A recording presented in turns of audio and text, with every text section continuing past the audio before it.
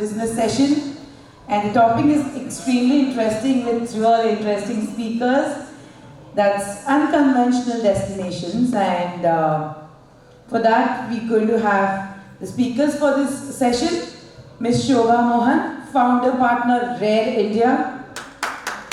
Yeah, we need a clap for her because her company is a community of small private concept hotels, experiential stays and immersions that place great emphasis on local engagement, and the most important thing which really strikes me is her strive to preserve and protect her planet. So that's what she is, and of course with her is Mr.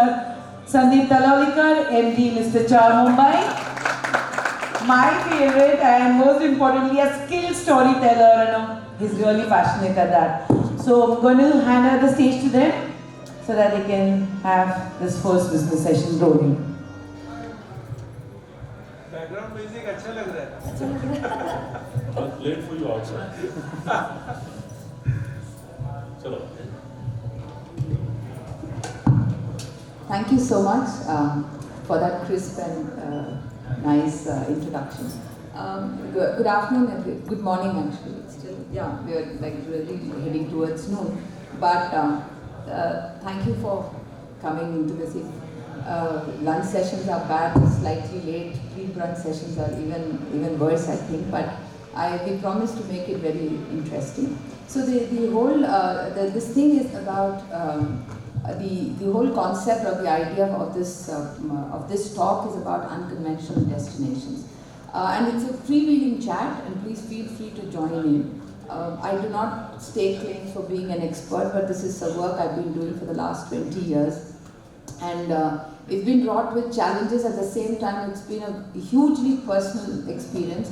Hospitality, they say, is actually all-consuming. It doesn't allow space for family, doesn't allow space for personal life. When people come and talk to me about work-life balance, in the hospitality and tourism sector, there is absolutely no balance. I mean, this is just life as it is.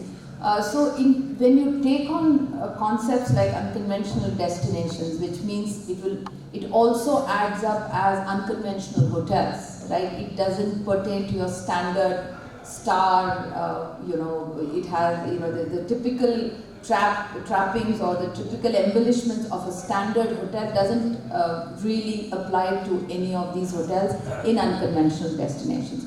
So that's a big challenge, and we'll talk about it. Folk, artisanal, in any field, in fact, not only for tourism, anything that you talk about. We kind of, when we started to call it out as boutique hotels or offbeat destinations and things like that, the onus moves from what you would like to sell to a customer to what you think or what you envisage or you curate for the customer. So all these words like bespoke, boutique, artisanal and all of that comes into place. In that sense, unconventional is good because unconventional is also about a current mindset, right? So that's how we'll take this forward. You are a hotelier completely. I am actually, he's more tuned in with the challenges and of the growth story of unconventional destinations than I am, because I'm just a marketing and sales body, while he is a hotelier on ground, right? So let's begin with this, this whole thing about what you think moving away from large hotels, large cities or your usual destinations to set up a hotel looks like at concept stage. Good morning, everybody. A happy Sunday to all of you. With folded arms, I thank you for coming to what people perceive as the most boring session at the last, okay, because you all want to go home after this. But I can tell you one thing. I can't promise you it won't be boring, but I can say one thing, that I am very excited. Because I met a lady yesterday who I think is going to become one of my very good friends. Not only for the personality who she is, but I suddenly found out the type of work she's doing. And I also, walk. Yeah, walk up, I'll have to start walking with you, but Come. anyway, I'll sit.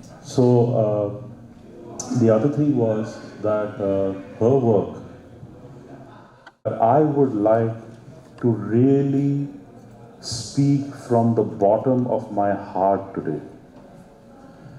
And why unconventional destiny? Wow. Okay, 1, 2. Let me start this story, if you don't mind, with me going in 2008 to the Maharashtra Tourism Office. I met with the director of the Maharashtra Tourism Office, Shoba, in Nariman Point. Beautiful office. I took the samosas.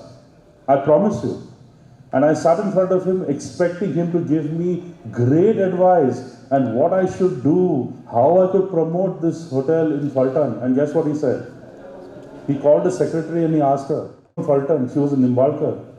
Okay? An entire tribe of Jain community has moved there in centuries ago and built beautiful temples. Okay, the Marathas built forts there. Right? Khas Patar. My God, if God ever cried and a teardrop fell from God's eye, Khas Patar was created. This thing, you talk about true rural India. Okay? And then we'll go further with how and what. The challenges were immense, but we'll talk about that in some time. But again, to conclude this one question, I built my hotel, which is today, I'm very proud to say, India's first CII IGPC platinum rated green hotel. Yeah, clap, louder. And don't clap for me. Clap for what you can do, just like Shobaji has been doing for Mother Earth. Okay, and I'm going to take my conversation in that slant slightly. Okay, so again, welcome everybody. I'm continuing my conversation with my dear friend Shoba. I think that when you look at destinations which are not a Jaipur or an Ahmedabad or a city hotel, which you always, you know about them in some form or fashion. Even Nashik, a lot of people yesterday I met, they said, well, we didn't know Nashik was so beautiful. But somewhere in your head, you know Trimbakeshwar is there. There are pegs to destinations like this. So, from a marketing perspective, it becomes quite easy to promote and sell. So, what do you think? Why do you think a hotelier, at least you're from the hotel background, why do you think a hotelier would look at a destination who no one else has heard of, except himself, where his family has come from? Why? What kind of business sense does it make to have a hotel where there is no footfall at all? Nobody goes there to say, "Chalo aaj Phaltan chalte, chalo aaj Ramathra chalte." So, when I started 22 years ago, you couldn't find. The Google was not that popular, but you couldn't find it on a map. I remember automobile associations hote the. And we had to, American Automobile Association, Aisha, had these maps. I had to literally expand it, take photographs of it and keep expanding it to show that little town called Toria in Madhya Pradesh, to show that little place called Ramathra in Rajasthan. So that is how, so what do you think drives an idea like that to take it to such a offbeat destination? First of all, Shoba, let me tell you, at least from my perspective, you have to be a little mad. Exactly. Okay, and you have to be incredibly passionate. Okay, and you have to have a great partner, whether it's a financial organization or a person with a lot of wealth, who believes in you. Okay, and it's a long-term thing. Okay, but along the way, let me tell you, we don't build hotels, we build institutions. We are the Taj Mahal Apollo Bandar of Phaltan. When people come to eat there, they come for an occasion. Yeah. They leave with a smile. Yeah. So that is exactly the point. They're actually, I also call them slightly crazy people, right? In my case, most of our hotels, the hotels that we promote, Rare India is a community. I tried to build a community of small hoteliers. They were non-hoteliers. None of them was a hotelier. They had no hotel background. Somebody used to run Will's Lifestyle somewhere. Somebody was a scientist. Somebody was a maths professor. Somebody was a naturalist, absolutely no idea about hoteliering. And then they think that they'll build something somewhere, which they do a fantastic job about it. And then they will price it at if you might probably think if it's an offbeat place, it must be priced at, 8,000, 10,000. No. Our minimum price range begins at 15,000 and goes up to about 60,000 rupees a night. So this is the kind of madness I'm talking to you about. So how do you make it viable? What is it that drives that strategy for the hotel? First and foremost is authenticity, right? I call them destination makers because Phaltan will be known by the hotel that is there, and his hotel will be known by him, right? Hardly anybody will say we are going to XYZ hotel in Phaltan. They'll say let's go to Sandeep's place. Most of our hotels are like that. Jay ke paas chalte hain. Call up Jay's hotel. Or it is always the hotelier. So what drives authenticity is the destination itself and all the story that the destination has to tell, and the owner of the hotel, who is basically the conceptualizer, the maestro who puts it all together in a fashion that is completely relatable to the destination. Without taking any names, you cannot have a standard hotel in that destination. It won't work. Because every room, every nook and cranny of the hotel has to represent two things.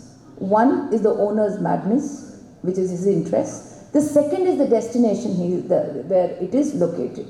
So this is what drives the authenticity.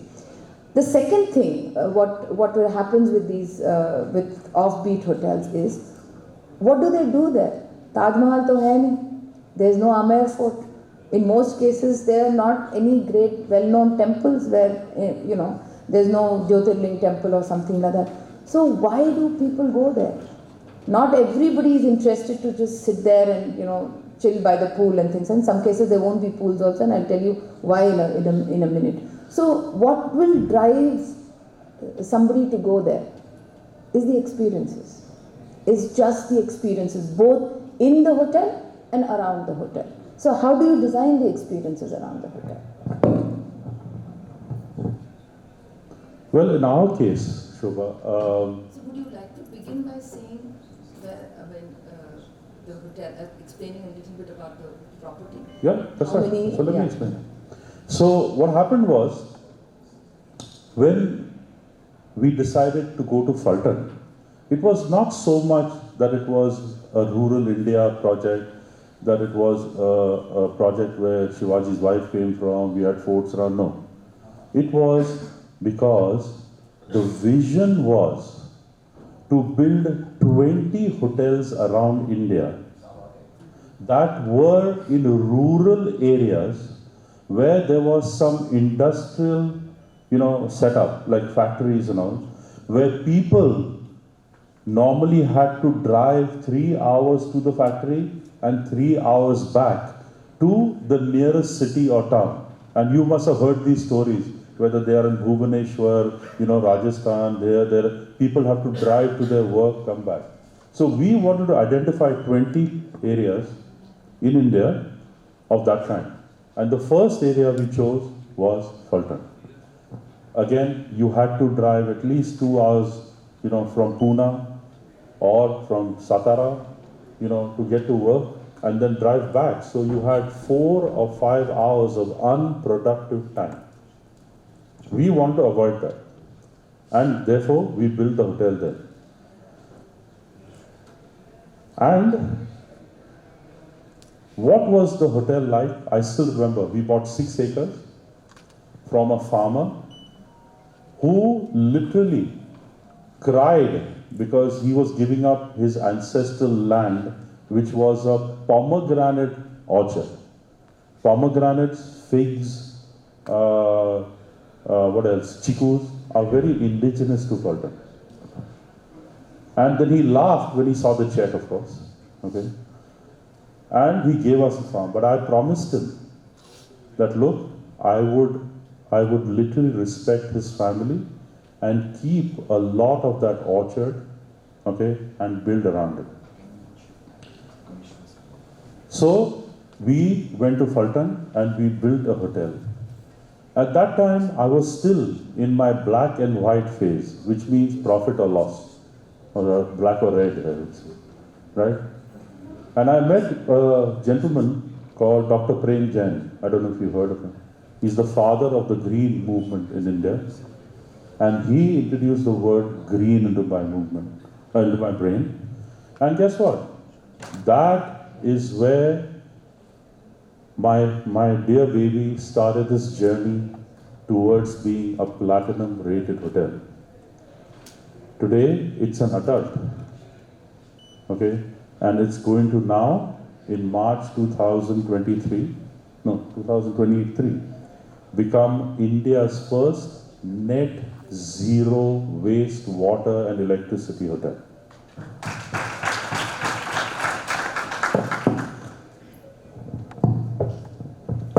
So, am I understanding correctly? It is also usually for business people who have businesses there. So, most of our hotels on the rare community are all leisure hotels. They are for people who are going there for leisure. So, when we devise or when the hotel puts together experiences, it takes in all the elements around the destination. So, some of the popular things will be nature is an abiding theme everywhere, because like he has 8 acres, a lot of our properties have a lot of acreage around them. In fact, that is one of our first and foremost indicators for us is large estate, small keys. So we have a 1500 acre tea plantation with just 8 suites. We have a 40 acre estate in a wildlife sanctuary where there'll just be about 12 cottages. So the land to key ratios is something that we are is something that we really own, and our hoteliers are very, very keen to allow that kind of space. In most cases, it's not very difficult because a lot of them usually it is their place of stay. It's probably their residence, or it's their ancestral home, or it's for some people it is their ancestral haveli. Those are kind of repurposed into places to stay. But the experiences around them, one of the big experience, of course, is to include nature into what they are doing. So a nature walk, birding is a definite activity. Birding around is a definite activity, and also because these are owner run and the families are there, each of them has a signature cuisine. Some of the in Rajasthan and in Madhya Pradesh, some of them have cuisines that come from there, that are passed on from generations, which even their daughters don't know. It is passed on from a son's family to the next family, because that's how closely guarded they are. So as an experience, then cuisine becomes an experience. So some of the experiences look both inside and they also look outward into what is present outside. For instance, in a lot of places, like there's a lovely place called Shapura Bagh in a location called in Bhilwara district.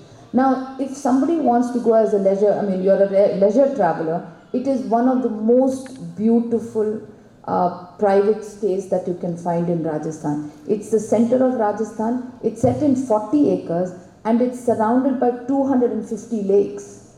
The lakes were a water conservation project which his great-grandfather, Rajadiraj Umed Singh Ji, had started to tide over a drought condition. So the whole story about how the water conservation project was started, and the minute you move off the highway, the Jaipur-Udaipur highway, and turn at Mandla and start driving, you will be surprised at how green and lush Rajasthan can be. That's because of these 250 lakes. Lot of tribal communities around. I don't know if you know, there is this particular form of painting called fud painting. Right, fud painting is a kind of an old theatre. It was when there were no movies made. Fud painting was like a canvas which was used as a background for the Bhopa Bhopi singers, who would then take you through a folk tale or the Mahabharata or one of these things. And the last artists of that, the Joshis, live around there. So all this becomes a part of the experience of the year. Probably a textile tradition that is dying away.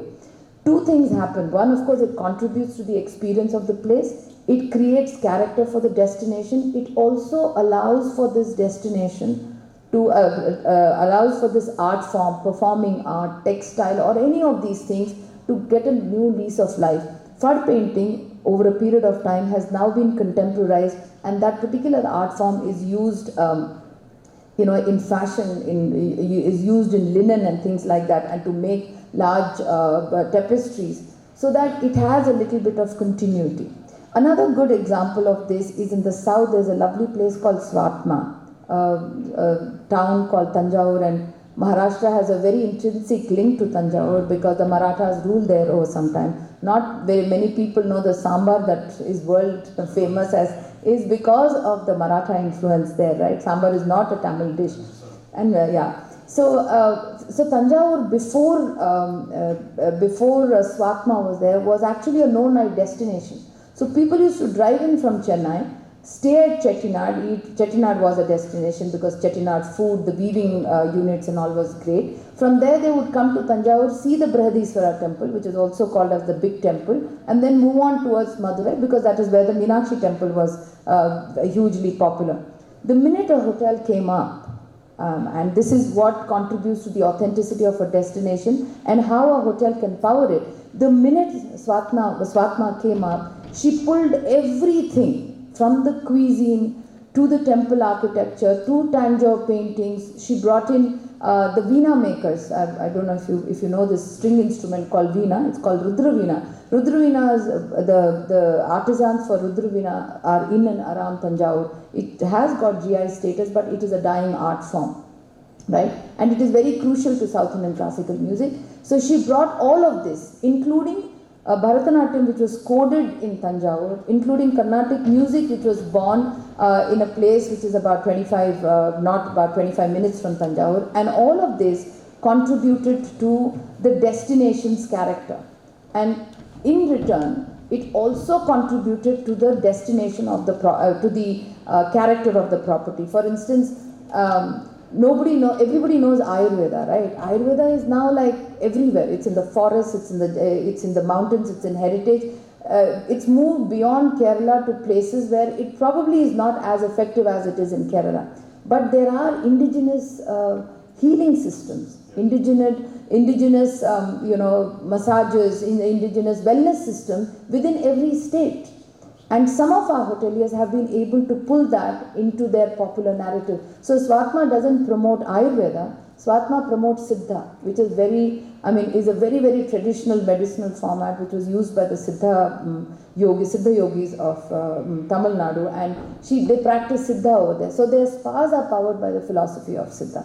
So experiences actually build the destination, and the hotels in turn pull all these ideas into formatting or building the character of the hotel.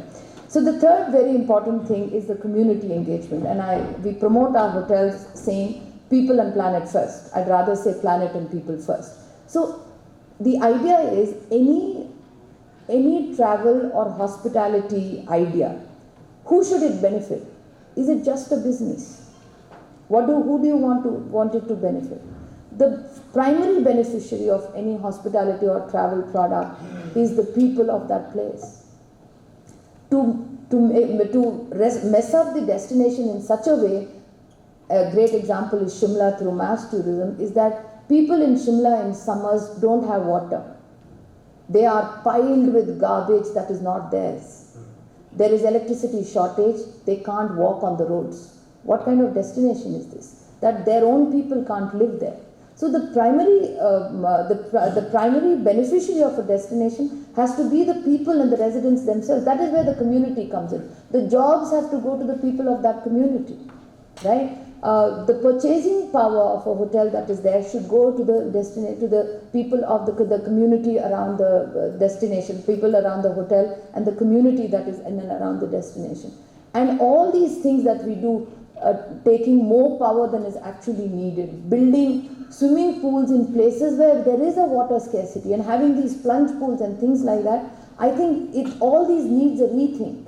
Because the person who's coming and serving you in your room or at your table, his family probably walks 2 kilometers to get a pot of potable water. Where is your conscience in your in the design that you're putting out for a hotel? Where is the conscience in this? So these are questions, and this is just not me. These are questions that hoteliers ask themselves at design stage before they put it there. And this is a conversation around the world now. In fact, when the inbound, and for most of our hotels, over 60 to 80% of the people who come on board their business comes from the inbound market. And these questions are being asked in the bigger travel companies around the world. What are you doing? What is your hotel? Who is it benefiting? So in our hotel community, over 70% of the staff in any hotel is from the local community. It does two things.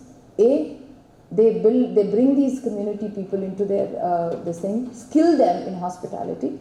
Some of them are very, very simple people. In fact, some of them would have helped them build the hotel. So they teach them skills. They also use their skills in building the character of the hotel. तो उनकी बीवियाँ वहाँ पे बैठ के हाथ की रोटियाँ बनाती हैं. They make the hand patted rotis.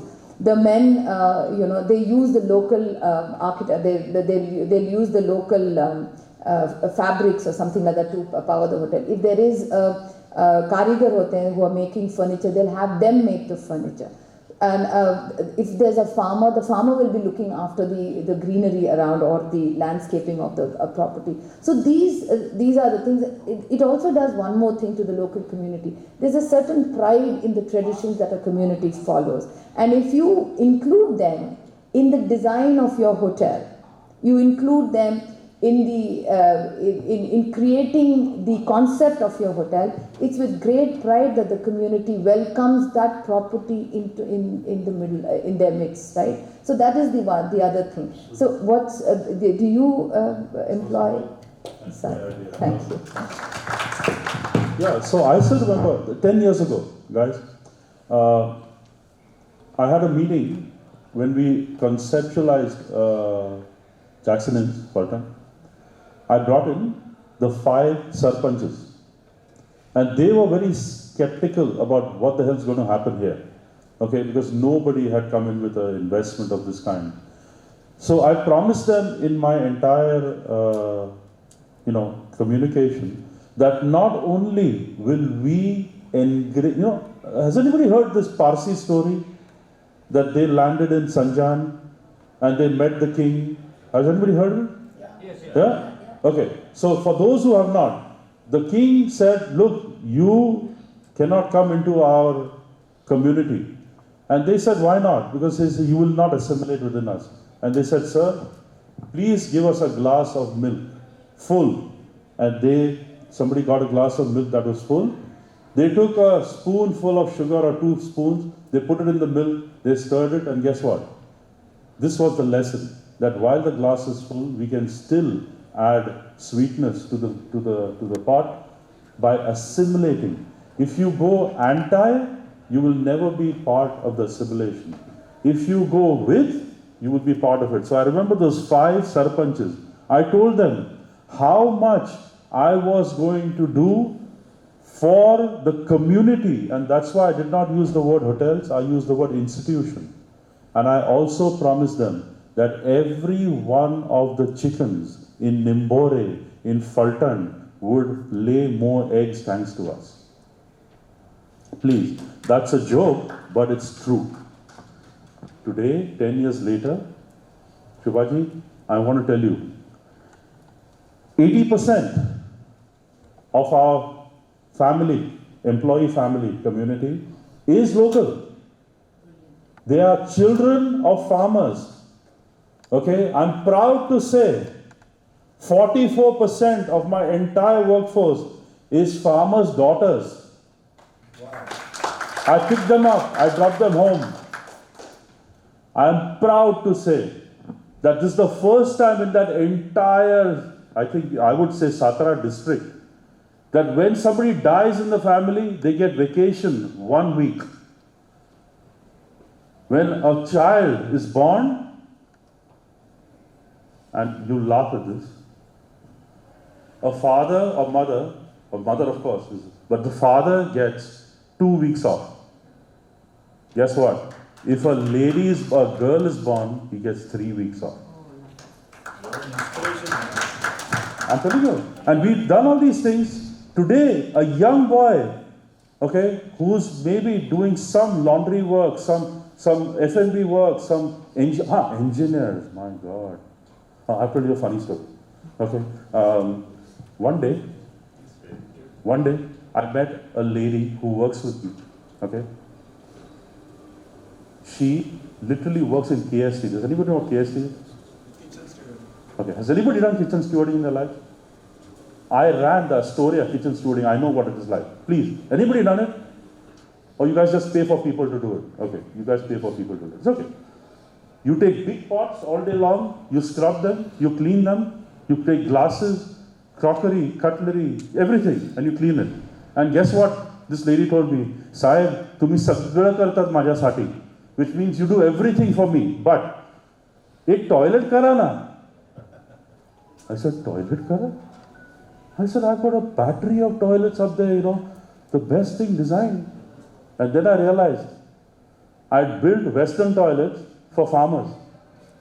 So guess what the HR of my hotel had to do for the next 2 months? Huh? Potty training. We started potty training. Yes, true. Okay, but I'll tell you something. Today, very proud to say, the blind work in our spa. They come from NAB. The deaf and dumb work in our laundry. They work in our service area. And I'm sorry I'm using very unpolitical correct word, but please excuse me. Okay, the transvestites are coming next week to work in my hotel. We have, for years, incognito, not telling anybody, have hired through an NGO the children of sex workers in Bombay. Okay, we've taken them out of all that and brought them in. I can assure you, you come to Phaltan and you won't see buildings, Mota, which it was built as an industrial hotel. But today you see beautiful eyes, beautiful smiles. Please don't have to have the owner there. Go and check it out. Talk to our family community. The other thing you'll see is 36 varieties of birds come. And like you were talking about that. I'm so proud of that. We have over 360 varieties of plants now. Okay? And our well, which was so depleted for 5 years, I think, we had to bring tank of water because it's a drought area. Today, one month, which is around May, I have to bring tank of water. Today, Mother Earth has smiled on me and my neighbors, because when groundwater rises, because we are 100% water recycling campus. 100%. It all goes into Mother Earth. So, just final thoughts about this. If you can go back in life, or why go back in life? Don't go back in life. Go future and build something new. Don't only think about your profit and loss statement.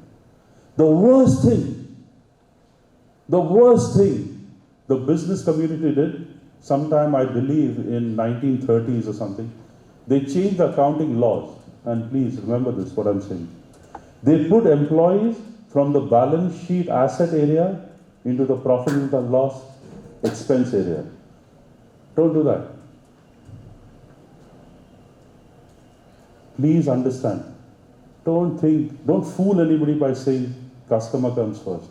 I tell all my 250 family members, customer does not come first. Who comes first?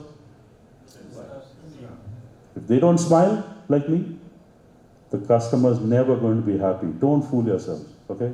Forget all these American ideas. We are Indians. Atithi, Devo Bhava, yes. But guess what? To do this, we need employees. Okay? Please understand. Sorry. So while you are at it, so when you're talking about community and involving the community and things, so then let's start talking about the design influences of our hotel. So we have several examples. But so if you're building a forest lodge, right? So or you're building close to a forest, or you're building close to some indigenous communities. I mean, even in your head, you can't think of building a block, like a hotel, when there are beautiful architecture in and around you. So in India, when we talk about architecture, I mean, when we talk about hotels repurposed for places or havelis repurposed for hotels, we always think about royal architecture, right? The royalty, the palaces and the forts and things like that. In my 22 years, I have seen India has a wealth of vernacular architecture, local architecture, the mud houses in central India, for instance. It's beautiful.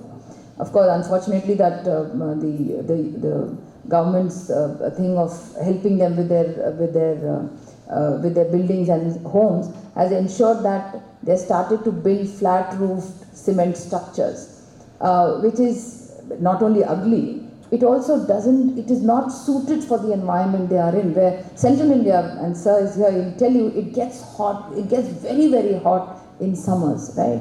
The building, the vernacular architecture is primarily designed to be able to withhold or to help them tide over extreme conditions. So in some of the design that we have, of course, there is repurposing of architecture, repurposing a lot of heritage elements. Like Chapsley Hotel in Shimla is one of the is the eighth heritage heritage hotel in the country.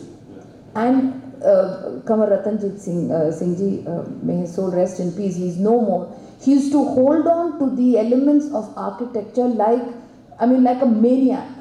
He won't change the wallpaper. So some of the rooms have wallpaper which is over 100 years old. And the instruction to his son was, if you want to change that wallpaper, you will get something as close to that as possible. So now Chandrajit, in his phase of rebuilding it, he actually has to write back to the original company that was in Oxford to bring those things. And when he has to do maintenance in these places, he resorted back to the old Dajji style architecture, right, that ran mud architecture. It's difficult to find architects who will take this along and rebuild it for you in that form or fashion.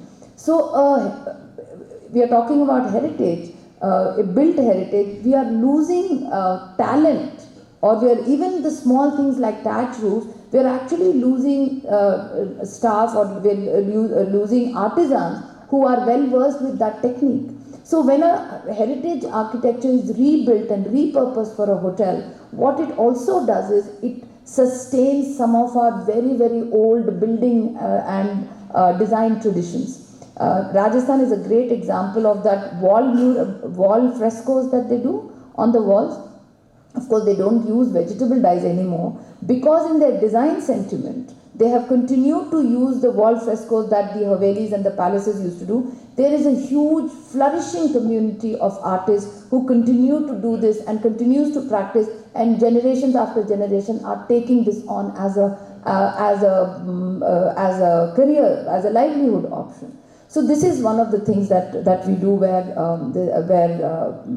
design is concerned. The second thing is, when he talked about plastic and waste and water conservation, energy efficiency. So there are, people talk about sustainability as this big, large, one big silo. It is not. It has very, very small tangible and intangible elements that has to be included into your concept at design phase. You don't build a 400 room or a 200 room hotel and then start scrambling over and say, how do I build energy efficiency? It goes at design phase. Now, to take something and build it like that at design phase, I'm not saying that small hotels do it better than the large hotels. It is just that they are better equipped to do it, right? If you're even today, the magic numbers on our rare hotel list is between 8 to 14, right? Ask me how commercially viable that is. In most cases, it is money. They don't create large wealth assets, but the fact of the matter is they run the place, it is run very efficiently, and everybody is paid.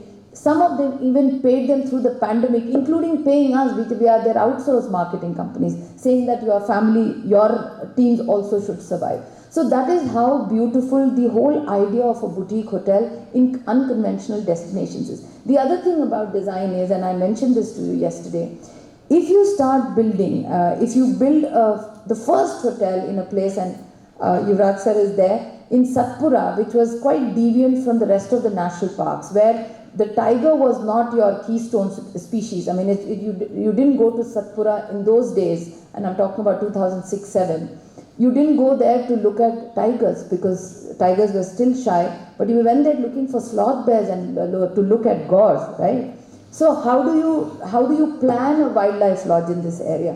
So what they actually did was, the first hotel that came there, one of the first hotels that came there, had a very, very locally inspired design principle.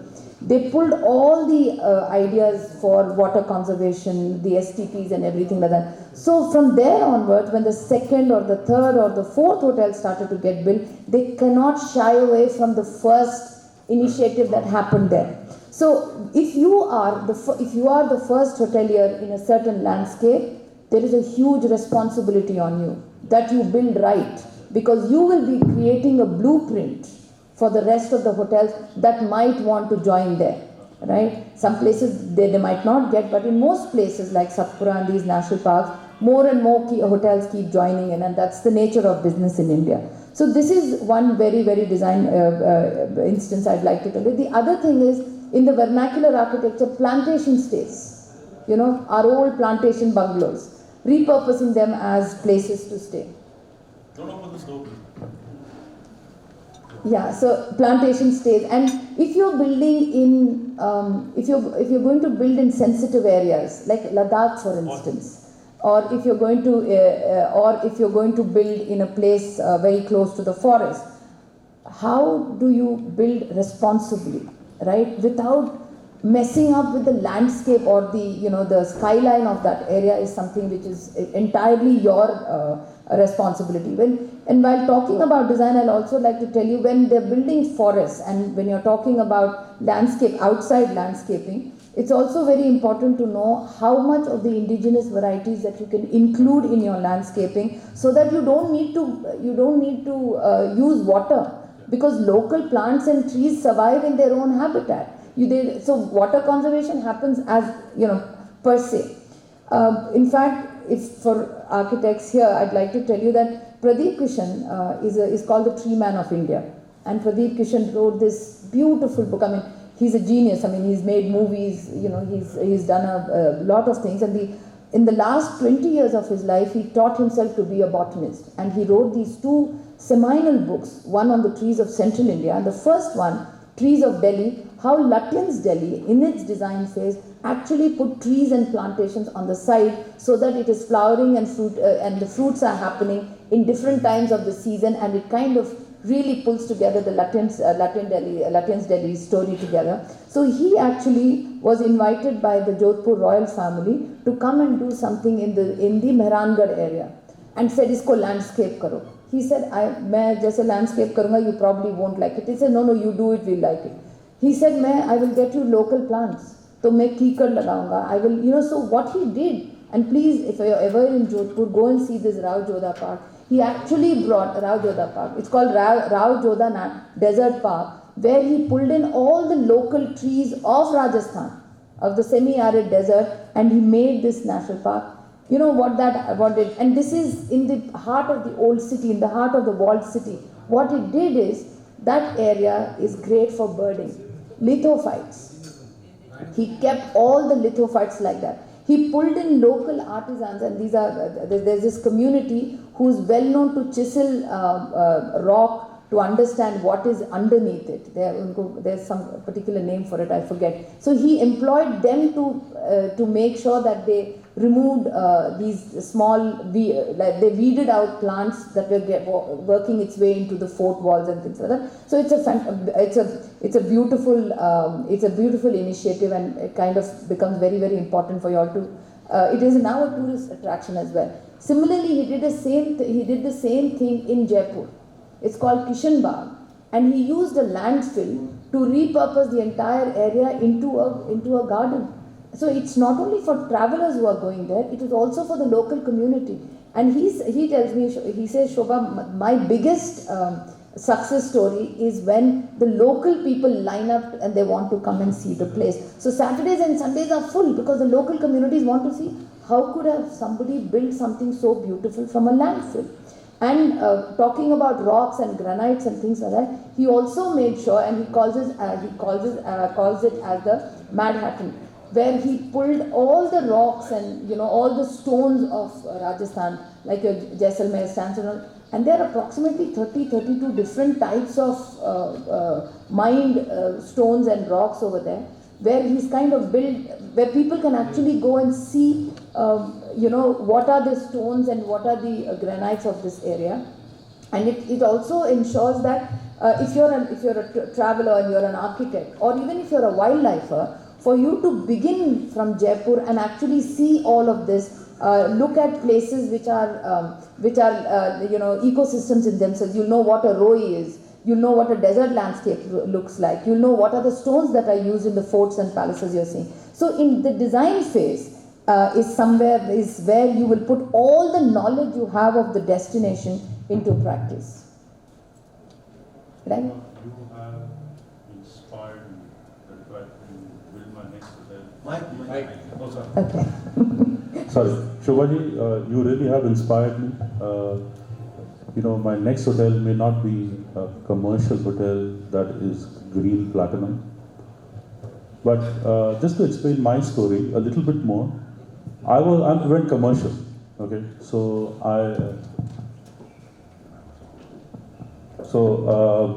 I went commercial. But what I did too, every single rock that came out of the foundation, I used. Every single rock. No dumper went out of my campus. No dumpers went out. The mud was used, the soil was used, the rocks were used. Number two, we had very close by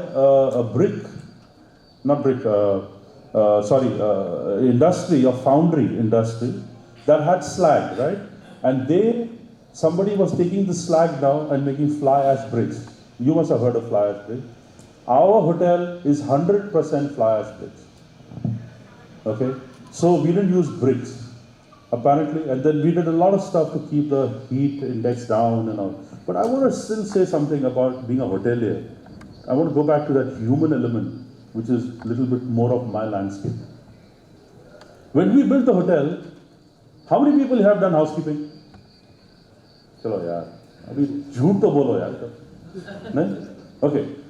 When you remember, this is a normal building, but it was completely designed around ergonomics of a hotel employee.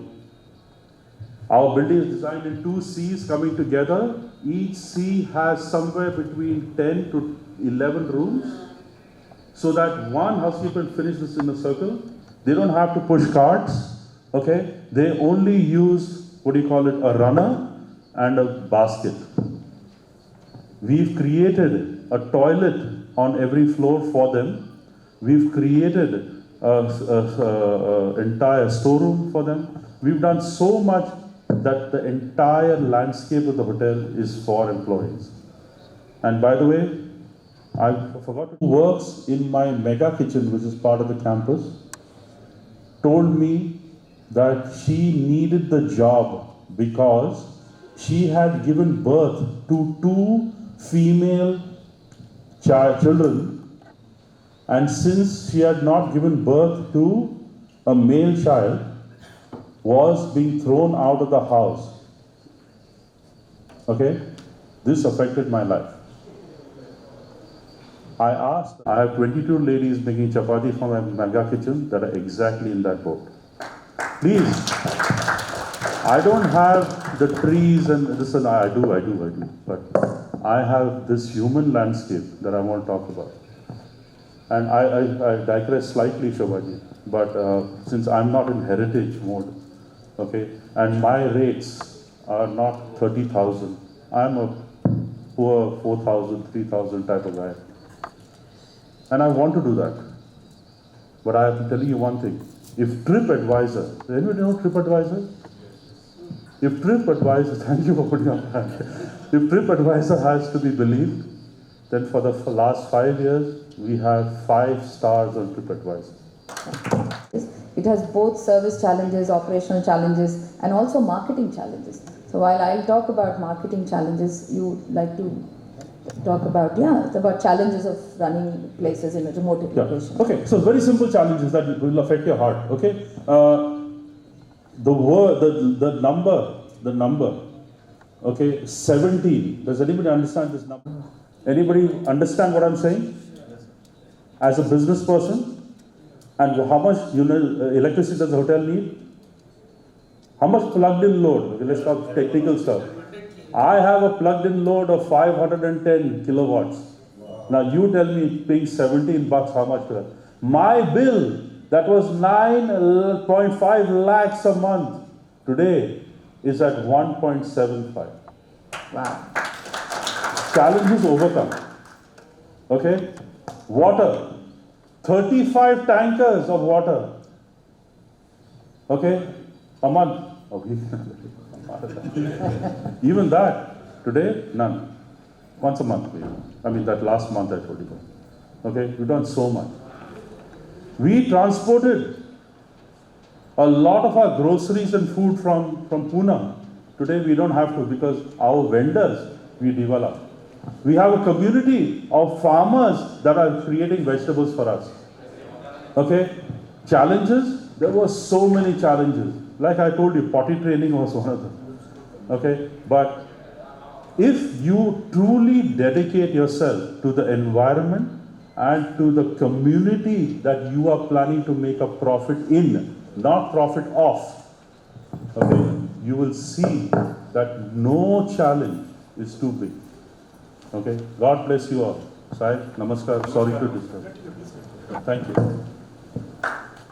Funds, which is why it helps for him to have the support of everybody. The third, of course, he has to spend a lot of time, both in the operations, tuning up his hotel, also going out to do the do the marketing. So these are the two challenges, and where operational challenges are concerned, and because, and I mentioned the tariffs for you, because the footfall is not only because the footfall is so low, the supply chain is so remote that even for a bottle of wine, for a place like Ramatra Fort, they have to constantly, to get a bottle of wine, they'll have to go to the big town. I mean, they have to go to Jaipur. So everything has to come from Jaipur. It's improving over a period of time, but with 12-room hotels and things like that, either they move the hotel into a destination where there's more footfall, or the only way up is that they start rising their tariffs. So typically they all start off at about 15 to 20,000 rupees, and slowly the tariffs go up to 25 to 30,000.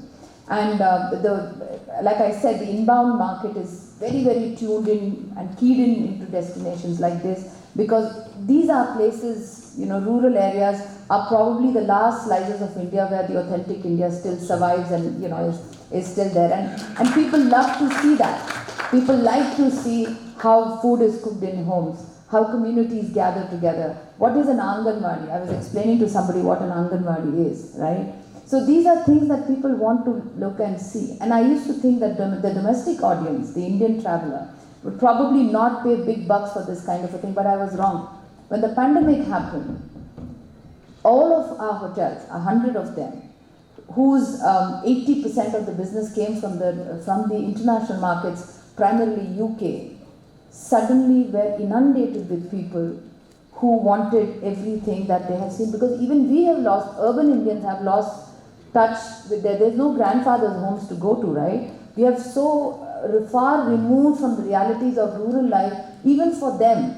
I mean, I was eating bajre ki khichdi yesterday with great relish. I didn't touch anything else, So it is the food, everything adds up to the experience in these places, and the domestic market actually rediscovered India. And they paid big bucks. So, Indians who went abroad and paid, a lakh at Singita or something, were very, very happy paying 60,000 rupees or 70,000 rupees for a Sujan luxury, for instance. So that is the thing that happened. And in the Indian travel landscape, I'm very, very happy to say that the domestic tourism is a sustaining market. It's an all-year-round market. It is also a very thriving and dynamic market. So what you do today, the parameters that you lay out today is something that will help you in the long run, and we will build a very, very successful domestic tourism story. I have hoteliers who keep complaining the Indians are very demanding this and that and everything. I don't agree with that. The thing is, we are new travelers. I mean, I used to go to my grandfather's house in Tanjavur for a vacation, but we are now starting to go and get into hotels. They have to be coached. You have to tell them what a good wildlife tourism looks like. You have to show them what a luxury experience looks like. So if you want to lay down and say a mile-long buffet is luxury, that's what they're going to lap up. But if you say farm to table, very artisanal, made to order, and exactly the way you want it is luxury, that is what they will take it. So the excesses of luxury have to be removed from the narrative. When you are and this is easy to do with unconventional destinations, because you're the only hotel there. So that is the great win for us in the pandemic. And to conclude this thing, and of course, please come back to me if you have any questions. A couple of examples I'd like to tell you, and maybe you'd like to look it up. Our website is www.rareindia.com. We promote it as hotels that have a heart, which place people and planet first. And some of the great stories that the people have done is a lovely place called Ramathra Fort in Rajasthan. So when you're marketing, which is a challenge again, I try to use every story in the book. It could be mythology, it could be cuisine, it could be family, it could be Casper the crocodile, anything that I can to create spotlight for these hotels. So Ramathra Fort actually is very close to Ranthambore, and south of Jaipur, and it is said that Ramji, Ram Bhagwan actually in his quest to look for Sita, walked down that path. So it became Ram Tehra, right? So Ram Tehra slowly, of course, they call it Ravatra, but of course anglicized as Ramathra Fort. So these stories build the destination, and we're proud to say we've put over 80 places which we promote just now on the tourism map of India. Very eclectic, very, very special. We made one-night destinations into three-night destinations primarily because of the experiences that are there. Wildlife tourism took on a very, very different hue because they're all powered by conservationists. They will not only do you need to see that tiger, you also need to see what is the connection between a healthy deer population and the tiger. You need to know that.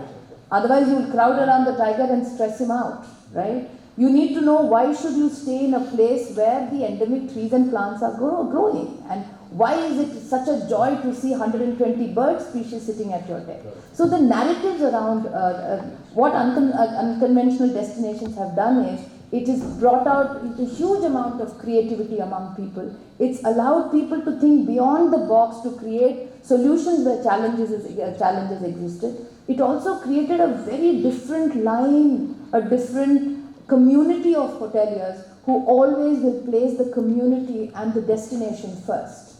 So that's my take on unconventional destinations. And so we are open. If you have anything I don't have anything more to say. I just want to finish it off by saying this thanks to people like Shoba Mohan here, who I have befriended today, right? She and other crusaders like her make India incredible. Okay, so Jai Hind everybody, and lots of love.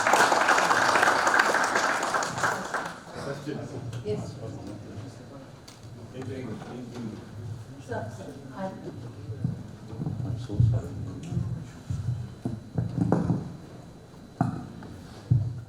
So about 20 years ago, the whole homestay, this concept, the boutique hotel concept, were not very strong, right? And there's a lot of new laws have started to come in. Their forest laws have come in, and some of them are very, very stringent. And after tsunami, that don't build too close to the this, all of these are coming. So before that, there was, there were a lot of grey areas. A lot of them, especially in the hospitality, have been ironed out. And one of the things we encourage new hoteliers to do is to to register themselves, whatever, as a guest house or whatever. Because usually when they're going in for registration, a lot of this kind of gets, it just gets ironed out. But there's another beautiful solution to this, is that you're known by your brand, right? So even if you build, and you know, obviously, I mean, tsunami aa gaya hai, and if the water is taken over, there's not much you can do. I mean, we are trying to remove villages from Punopalpur, right? So I mean, this is how, as we go along, as the more and more land is being taken away from wildlife, we will have to start creating spaces for them. So there are still challenges in this, but the good news is that brand that he built can definitely be used elsewhere. I mean, I know it is no consolation, but the brand definitely. Yeah. And a great example is this. Neemrana used to have this property called the Glass House on the Ganges. It was the royal family's property right on the Ganges. It was built beautifully, and the royal family wanted the land back. The Glass House on the Ganges, the brand belonged to Neemrana. You can still book Glass House on the Ganges, but when you book it, you're not going to go to that property. You're going to stay at the neighboring property. So a lot of these so brand has become, in the last 20 years, branding has become a big thing. So, I mean, of course, you have to be very, very careful. And a lot of time, but the panchayats move in and they say, we'll take care of you, don't worry. Unless, of course, there's been a literally flouting of some legal norm, or like you can't buy tribal land, for instance, or you can't buy agricultural land that hasn't been converted. So in any of these cases, of course, you know, it's a no-brainer. But in case something happens that is usually the panchayat, especially if you're a great asset to the community, the panchayat backs you up. And there have been instances that have happened within our community, and things have worked out very, very well. Absolutely. I'm sorry. Yeah. Is it sort of not to be? It's a kind of sort of only, but it is a big challenge. I too agree with Shoba, and I agree with what he said. I'm still very young. But I will say this much, that while Phaltan is my baby, I'm not attached to it from the human experience standpoint. I've done, and I'll always nourish it and do everything. But tomorrow somebody comes and says no, like my partner can tomorrow come and say no. Guess what? The knowledge I've got, okay, I've learned a lot what not to do has become ingrained into my character now, that the next baby I produce will be even better. I hope that sort of inspires you, but it may not. But I'm sorry, I can't answer that question a little bit more. There is one thing. Every morning in Phaltan, there's a big people tree. I would love to say it was a banyan tree, but it's not, it's a people tree. Under which the entire council meets of oldies. Okay? I swear to you, I've solved a lot of my problems going and whispering into their ear that this is what's happening. Next thing you know, magic happens. You know, and they go all the way up to the sarpanches and everywhere. You might want to find this people tree where your people are sitting. There is no, I'm sorry to say, Babu who can stop the masses from saying no. So, I think we are sort of running out of time. But this is just the last one. Last one. I mean, hey, we'd love to answer all the questions, but I don't know what. So, just to answer the problem that KB sir just came up with, so I'm glad to inform that the Union Tourism Ministry has proposed a national tourism policy in which homestays and bed and breakfast, and we've actively consulted the association has consulted very actively. And of course, only to the extent to say that they can't be large business enterprises like a hotel. So that is in the pipeline and it's coming at the central, the national tourism policy will of course have to be adopted by the state. I think, sir, that part of the problem will more or less address, of course, unless you're in a completely tribal zone or a coastal zone, which is there is no development of whatsoever. So I think that's what we have to. So one last thing to Shoba, Mohan, is that how important is the infrastructure to get to such places? I mean, is it not critical? I mean, you may build something in an exotic place with all the culture and elements around it, but is it not important to have an infrastructure over there? Or do you think, in your experience, even without an infrastructure like a road or an electricity or proper water supply, some project like this can still thrive? Yeah, I mean, infrastructure is absolutely, crucial. Though I have seen that, 15, 20 years ago, without infrastructure, it actually worked very well. So when there was no flight between Jaipur and Jodhpur, all the small thikanas in between, they got a lot of business, because when you have to drive from Jaipur to Udaipur, it took you 8 hours. But all these thikanas were placed in such a position that exactly at the time when you're weary of this thing, so Shakurabag was at 4 hours, and from 4 hours hence was Udaipur. So it also contributed to that. But water and electricity, in case there are in places like this, they all create their own, the water recycling and all that. And I have a lot of hotels on board who generate their own electricity and in fact supply to the grid. Yeah, we do. They supply to the grid. So that is there. But I mean, my romantic heart doesn't want lot of infrastructure to come and flights zipping over up and down. It is nice to keep them unconventional and offbeat, because mass tourism is a big problem, right? And because in India also what happens is we have no entry barriers to some of these things. So आप homestay बोलेंगे तो there is no cap that this place can only have 10 homestays. Everybody, and I was sitting in a tourism forum in Ladakh where this was actually a crib. वो जाके अपने गाड़ी में सो जाएगा लेकिन अपने home को homestay में दे देगा. So what that happens is it contributes to community, dissatisfaction. So and if in the absence of a very strong SOP as how a homestay, how many homestays can a little village of a population of 2,000 people can take, without these things, we are in for trouble. So we still are struggling with carrying capacities. One of the things that has to be addressed is carrying capacity. Carrying capacity will automatically address your, if a place can only take, like Ramathura Fort, there is only that hotel. So it can go over tourism, whatever can happen, but रहने के लिए वो 12 ही कमरे हैं आपके पास. So those are not a problem. Places where this homestays and all are being hugely flouted, promoted is somewhere where carrying capacities have a very, very important part. And once we decide on the carrying capacities, all your infrastructure issues get sorted out. Thank you. Thank you so much. I think it was the most enriching business session that I've been hearing since yesterday. Of course, there's been, wherever I think Mr. Sandeep Talaulicar comes, there's a story, and I think ma'am joining Sandeep, two best storytellers, and I think that makes incredible India, isn't it? Right? Yeah, so with this, we come to an end of the business sessions. I have to thank Charlotte Hotel to sponsor this business session 5. A big round of applause to make the most interesting business session. I request Mr. Gurbir Bedi, Executive and Convention Committee member, to please felicitate ma'am.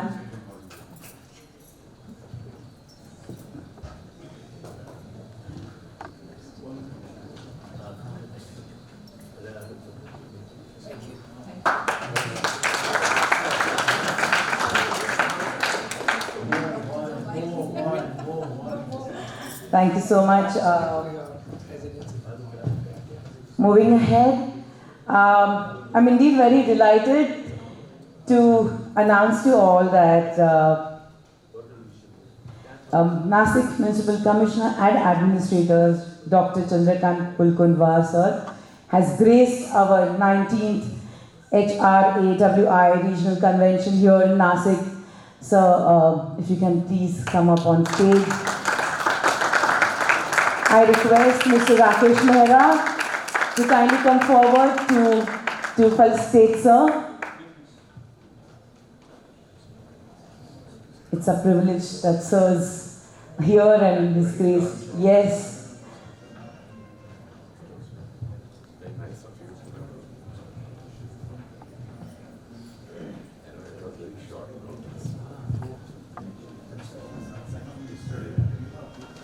It started there.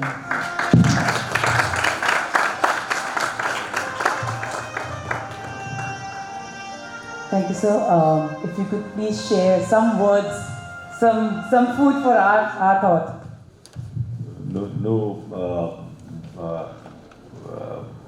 I mean, sermons. I'm here just to wish you on this occasion, because since last 2 days you have been interacting with each other. And we all know how was the industry scenario since last 2 years after the start of the pandemic. And now it's really time to sit together and start a thought process to take the industry ahead. Only thing I would like to tell all of you that being administrator and being municipal commissioner of the Nashik city, Nashik city as well as Nashik district has immense growth potential, immense tourism potential, and that's why all such big restaurants are coming up. And whatever possible help you need, you have narrated some experiences about administration, but such things will not happen, I assure you. Whatever possible positive help you all people would require in future coming up in Nashik district, so I am there to help in a positive way. That's the only thing I would like to assure you. And there are certain people in every system which act as you have narrated. So we have to deal with that and we have to move ahead. That's the only thing I can tell you. And again, assuring you the best possible help and clearances from my organization and wherever I am there. Thank you all, and all the best to you. Thank you so much, sir, and that's indeed very good news for Nashik coming up, and all of you to listen that yes, Nashik is going to go today. There's just a segment that we pushed a little low because we were waiting for the projector to come. That is the MP Tourism. So, Padole, Deputy Director, MP Tourism Board is very much here to the presentation. A little exercise for that. Kindly turn your chairs for the screen. To promote the things. So please, let's see the small video. Sab kuch jo dil chahe is the title of the video.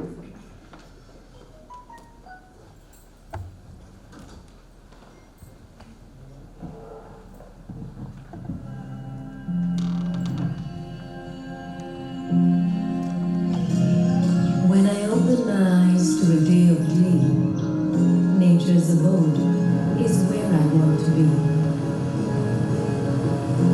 Enchanted by its scenic charms, I desire to bask in its blissful arms.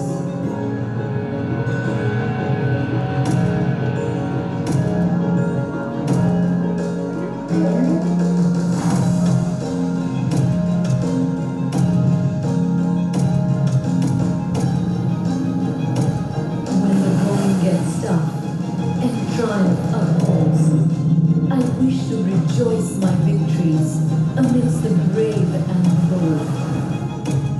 The adventure then unveils, and to the courageous roars and soaring hopes, I bow down and hail.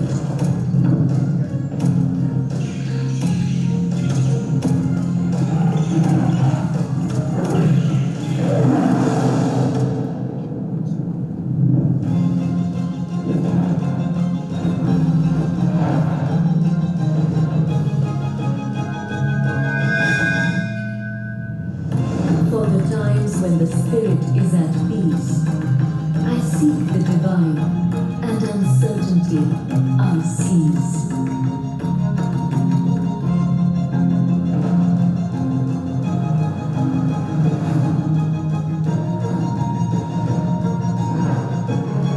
Purity.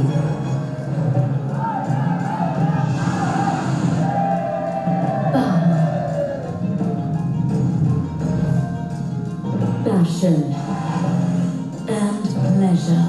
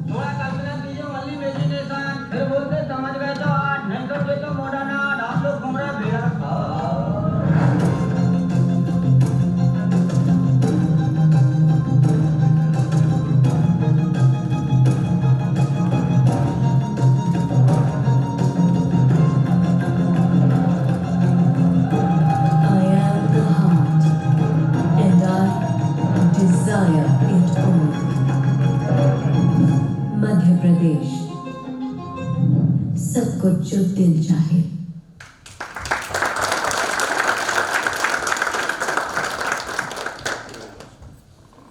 Thank you very much. सब कुछ जो दिल चाहे वो मध्य प्रदेश में है, लेकिन मध्य प्रदेश क्या चाहे उसके लिए मैं आज यहाँ हाजिर हूँ आप सबके सामने। सबसे बड़ी चीज़ ये है, जैसा आज चर्चा में भी आया, कि मध्य प्रदेश कहाँ है, और दूसरी बात यह कि मध्य प्रदेश में क्या है। As a tourist Madhya Pradesh को क्यों जाना चाहिए, और उससे ऊपर अगर हम बात करें तो एज ए इन्वेस्टर, जिसके लिए हम चाहते हैं कि आप सब लोग उसके बारे में विचार करें, as an investor why should I go to Madhya प्रदेश।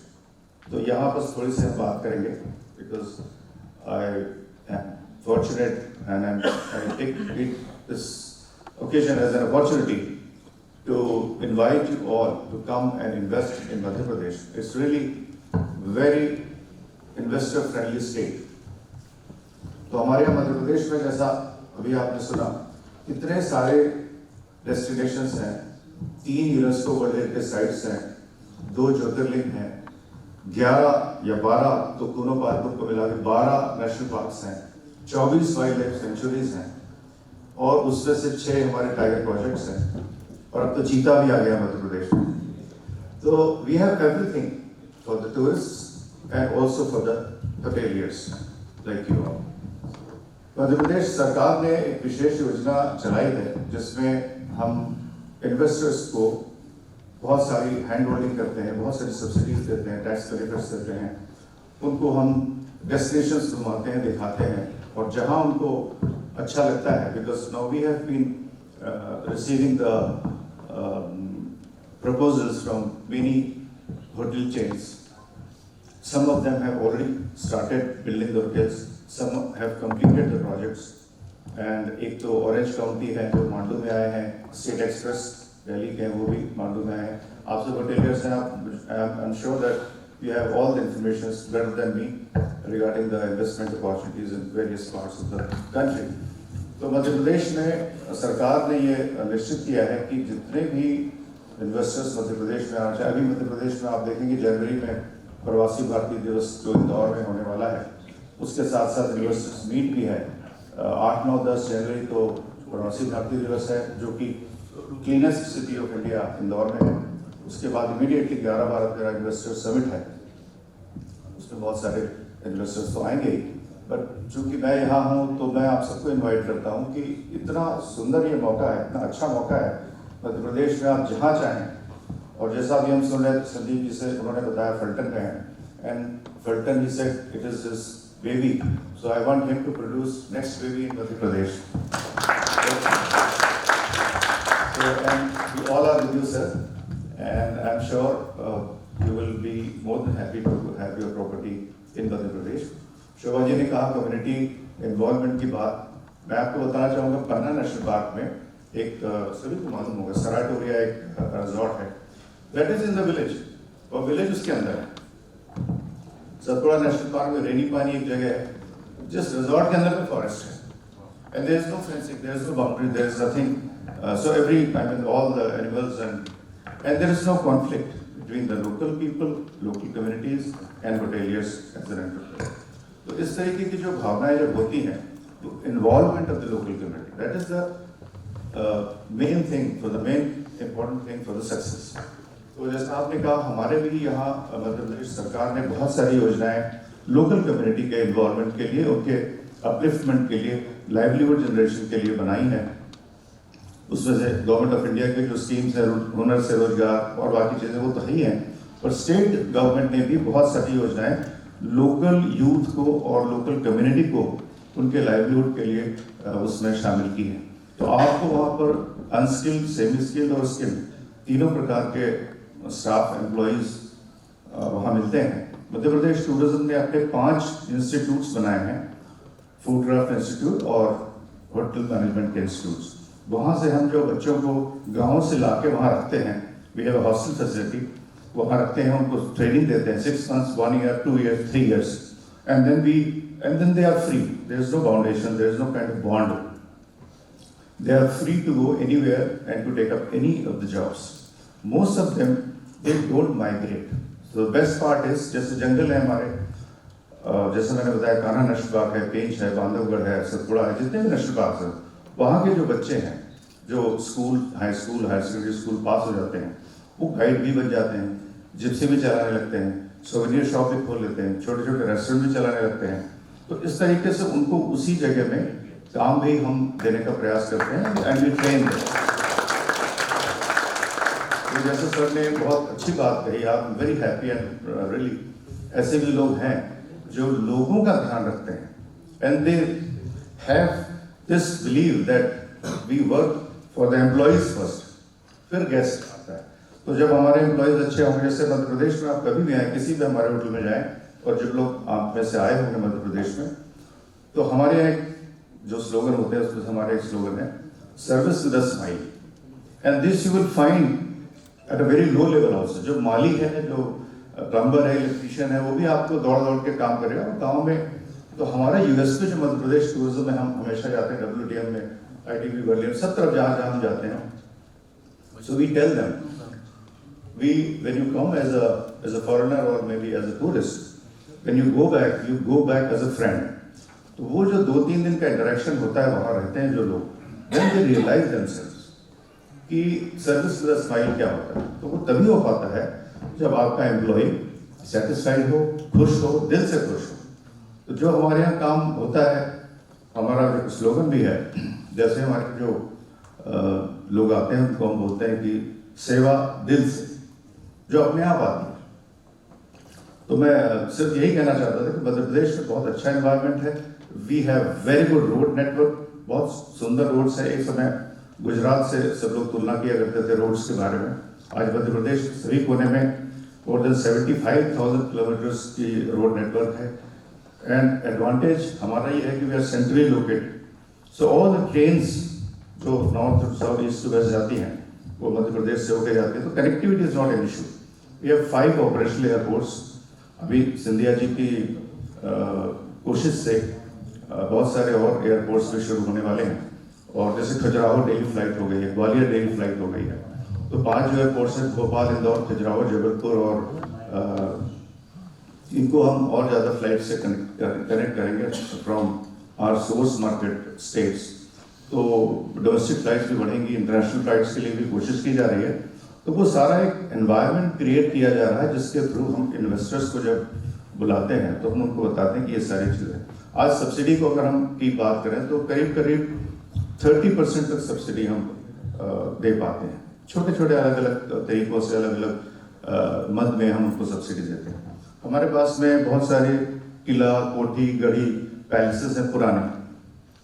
राजस्थान की बात शोभा जी ने की, तो मध्य प्रदेश में भी करीब 400 ऐसे गढ़ी, किले, कोठी हैं जो हम तैयार हैं लोगों को लॉन्ग लीज पे देने के लिए, और वो लीज 30 साल से 90 साल तक की है।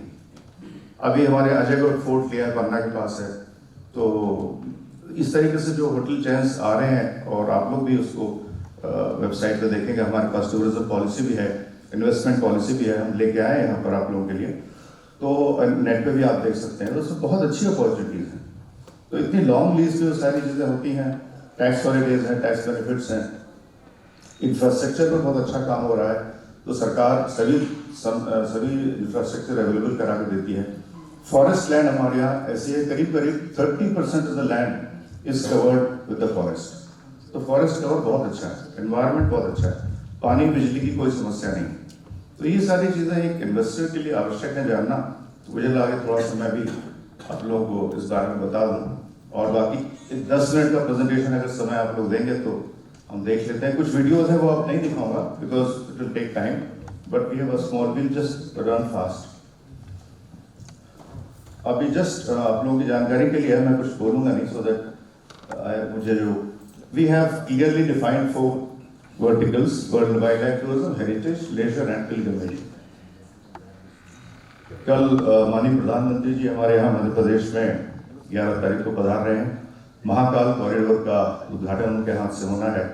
तो ऐसी ऐसी चीज़ें जो नई होती जा रही हैं सबके लिए, वो सबको अट्रैक्ट करेंगी, स्पेशली रिलीजियस टूरिज्म में।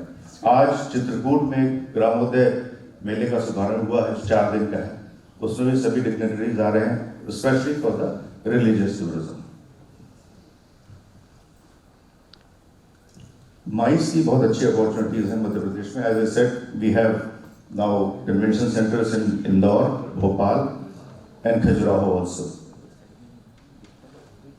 ये नया कन्वेंशन सेंटर हमने बनाया है, ये तो प्राइवेट में है, जो ब्रिलियंट कन्वेंशन इंदौर में है और ये शेराटन इंदौर में है। इसके अलावा नेक्स्ट ये हमारा मिंटो हॉल है, जो इंटरनेशनल हेरिटेज कन्वेंशन सेंटर है। Once upon a time it was a assembly of Madhya Pradesh, assembly hall.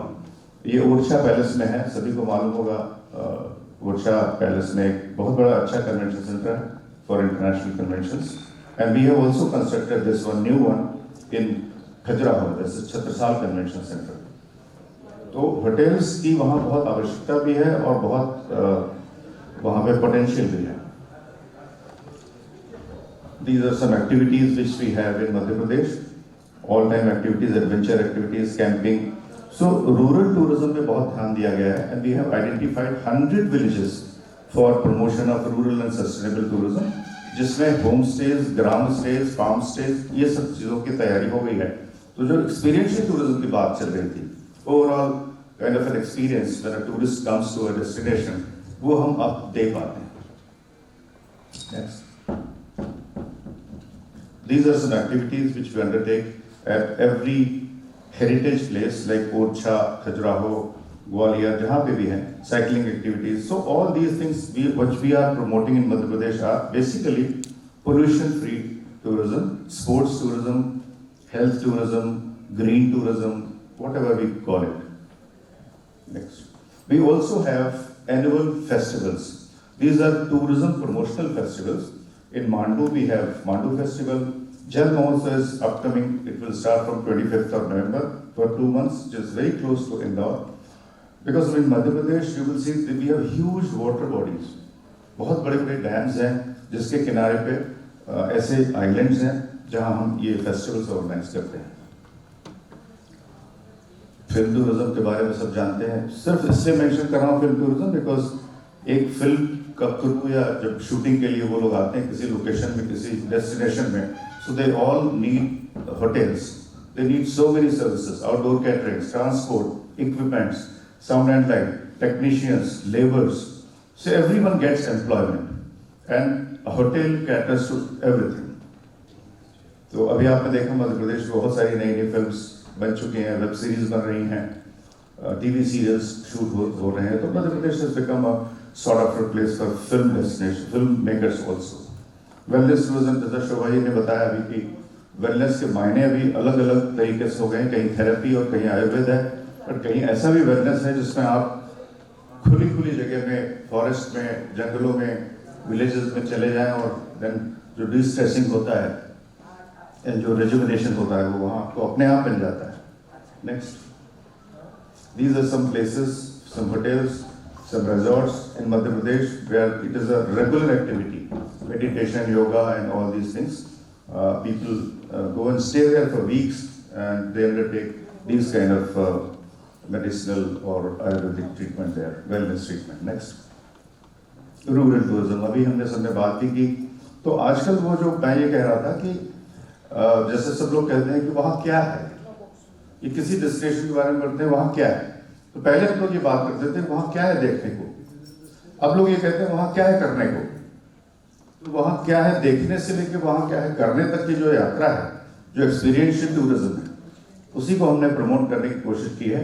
आज बहुत सारे विदेशों से भी लोग आते हैं हमारे यहाँ और वो कहते हैं कि हमको खेत में काम करना है, वही कहते हैं कि हमको फार्म में जाना है, सब्जियाँ देखनी है, बकरी, गाय, ये सब दूध दोहना है, मतलब इस टाइप की चीज़ें। जैसा भी बारोट सर बता रहे थे कि कहीं एक हमारे यहाँ सतपुड़ा नेशनल पार्क में फॉरेस्ट लॉज है, ऐसी भी जगह है जो रेगुलरली इस टाइप के प्रोग्राम्स अरेंज करते हैं। गाँव से महिलाएं आती हैं, ladies come to the resort, और वो चूल्हे में खाना बनाती हैं, लोग वीडियोग्राफी करते हैं, देखते हैं, वो भी काम करते हैं, सब्जी काटते हैं, सलाद काटते हैं, सब, और सब लोग वहीं बैठ के मिल बांट के उसको खाते हैं लंच। तो इस टाइप की जो एक्टिविटीज है वो बहुत अच्छी होटल्स में अभी शुरू हो गई है। नेक्स्ट, इन्वेस्टमेंट पॉलिसी के बारे में मैंने आपसे चर्चा कर ली। नेक्स्ट, हमारे यहाँ एक और बड़ा कार्यक्रम चल रहा है, which is under this tourism policy. We have wayside amenities. So the government has decided to have, after every 50 kilometers, one wayside facility. So वो हम local जो communities हैं उनको हम lease पे देते हैं, long lease पे, and they manage it, they operate it with the help of the local young people. And it is a great help for the motorists when they travel by their own car. They can stop there for freshen up, for a good cup of coffee, or maybe for relaxing something, for photography also. Next. So these are some examples of, we call them a highway treat, wayside amenities in Madhya Pradesh. Next. So these are some new things which are attached to one we have started in Bhopal, drive-in cinema, which is attached to one of our hotels, a big kind of a ground where we have started this drive-in cinema. And this was one place where during the COVID, we had a very good program of vaccination. So people used to come, especially the elderly people used to come on their own cars without getting down. They used to get vaccinated and go back. This was a big hit. Next. Some new activities, initiatives we have started in our national parks, and Madhya Pradesh is the first state where we have started these kind of hot air ballooning program in the national parks. So just to promote the tourism and activities, this is also green activity. So people used to go to Dubai and other places for hot air ballooning. Now it is possible in Madhya Pradesh. Not only hot air ballooning, but also skydiving is possible in Madhya Pradesh. And scuba diving we have started in one of our resort in Omkareshwar, that is Sailani Island. Next. Let's make tourism sustainable. So thank you very much. Thanks for your time and patience. And once again, I invite all of you to come and visit Madhya Pradesh. Thank you very much. Thanks. Thank you indeed, and I still remember, it because incredible advertisements they always had. You will see the TV commercials of Madhya Pradesh. Yes. Right, started from Til Dekho Tar Dekho to 5 in the series, and each one of the TV commercials has won the international awards. So that's because of you all. Thank you. Thank you so much, and thank you being the silver sponsor also for our 19th convention. I think they really need to have a huge round of applause. Thank you so much, sir. Always with you. Thank you so much. With this, now I request Mr. Chetan Mehta, Vice President HRAWI, and also Mr. Dinesh Advani to kindly come forward to see a few. It's a pleasure to have the Commissioner of Nashik amongst us, sir, for being with us today. Thank you, Ms. Shoba, Mohan, for giving us a great session. Sandeep, I don't know where is he left. Oh, he's there. Okay, thank you. And thank you to the Mehra family and the staff of Radisson, the Radisson group. I mean, my friend Dinesh is going to elaborate more on that. But thank you for all making this convention a success, and we hope to see you again. And we'll be holding one pretty soon now that this has been a success and things are rolling. Thank you very much.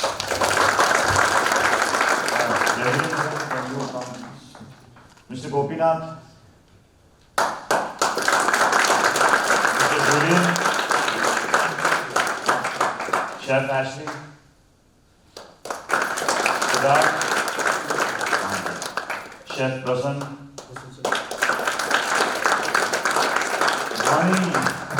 sorry, I've covered you the most. Chef Mohan, Narendra, Chef Qureshi,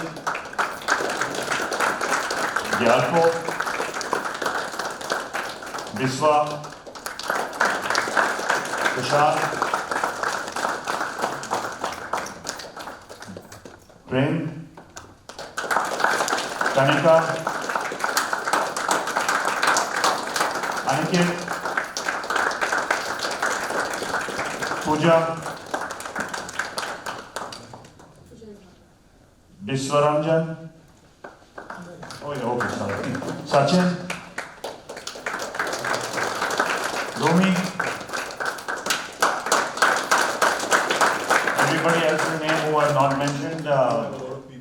Yeah, please come on. Michelle, who fixed my drinks? Well, guys, thank you very much. You have done an incredible job. I'm sorry for all the trouble we put you through, for how much we've harassed you. But great, thank you very much. 3 cheers to them. Give them a big hand.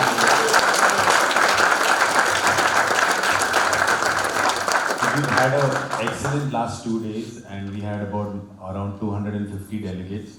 Very, very significant for us, 277, I'm sorry. And very, very significant because this happened after the COVID pandemic, and this was, this was themed as Year to Win. We were here to win. This was based on the 1983 Indian winning team. And we were all very, very determined, looking back from 2020 March and from where we are today, and including this hotel and the owners. We've bounced back and we are determined to come back. This goes out to each one of us and all our hospitality brothers all across the Western region and the country. Thank you so much for all of you coming, and more particularly to the entire team under this wonderful man and all of us for giving us such a good experience. We shall meet soon very again. I am sure all of you will take fond memories from here, from the luminaries and industry experts and entrepreneurs who shared their knowledge with us. Thank you once again to everyone, Rishi, Mehra sir, all of you. Now we'll enjoy a sumptuous brunch, the endless array of the food experience that we've had here. Innovative and so much to learn after the pandemic for all the delegates. Thank you again. Now.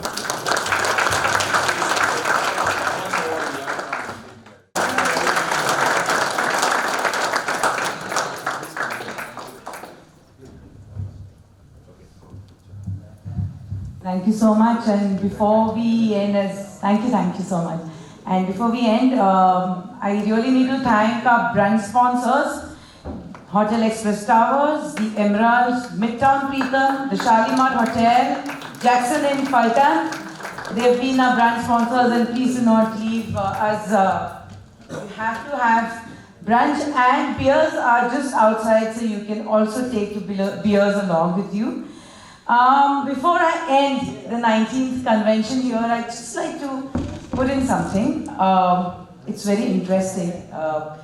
So number 19 presents spiritual growth and expansion, encourages you to reach your goals, to dream big, represents faith, hope and good luck.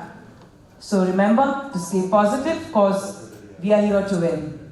Right? Take care and stay safe, grow big until we meet for the next convention. Thank you, delegates. Thank you so much. Incredible India.